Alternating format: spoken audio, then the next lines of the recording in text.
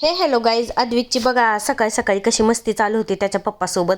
आणि दुपारी नवीन कपडे घालून तर लय शायनिंग मारत होता. ये म्हटलं तर कोपऱ्यात पळत होता. माझ्या जावने म्हणजे मावस जावने आणि मावस सासूने ना त्याला कपडे आणले होते. तो आजारी होता ना, त्याच्यामुळे त्याला आणले होते. मग घालून बघितले तर काय शायनिंग मारत पळत होता नुसता इकडून तिकडे. संध्याकाळचा स्वयंपाक माझ्याकडे होता. मग चला म्हटलं आता स्वयंपाकाची तयारी करूया.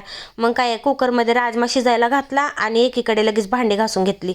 आता पाहुणे घरी आले म्हटल्यावरती काय भांडे तर पडणारच. मग भांडी घासून घेतली, लगेच तवा ठेवला भाकरी करायला. मग भाकरी पण करून घेतल्या. आता संध्याकाळचा स्वयंपाक तर काय एवढा नसतो, 5-6 भाकरी असतात, जास्तीत जास्त 7 असतात आणि एक भाजी आणि भात असतो. मग काय एवढं संध्याकाळच्या स्वयंपाकाचं टेन्शन नसतं. पण अद्विक रडतो म्हणून लवकर करावा वाटतं. मग काय 6 वाजता तयारीला लागले, 7:30 पर्यंत तर स्वयंपाक झाला. पण बसले तर बघा यांनी पेरू खात होते. असलं तोंडाला पाणी सुटत होतं ना या पेरूला बघून.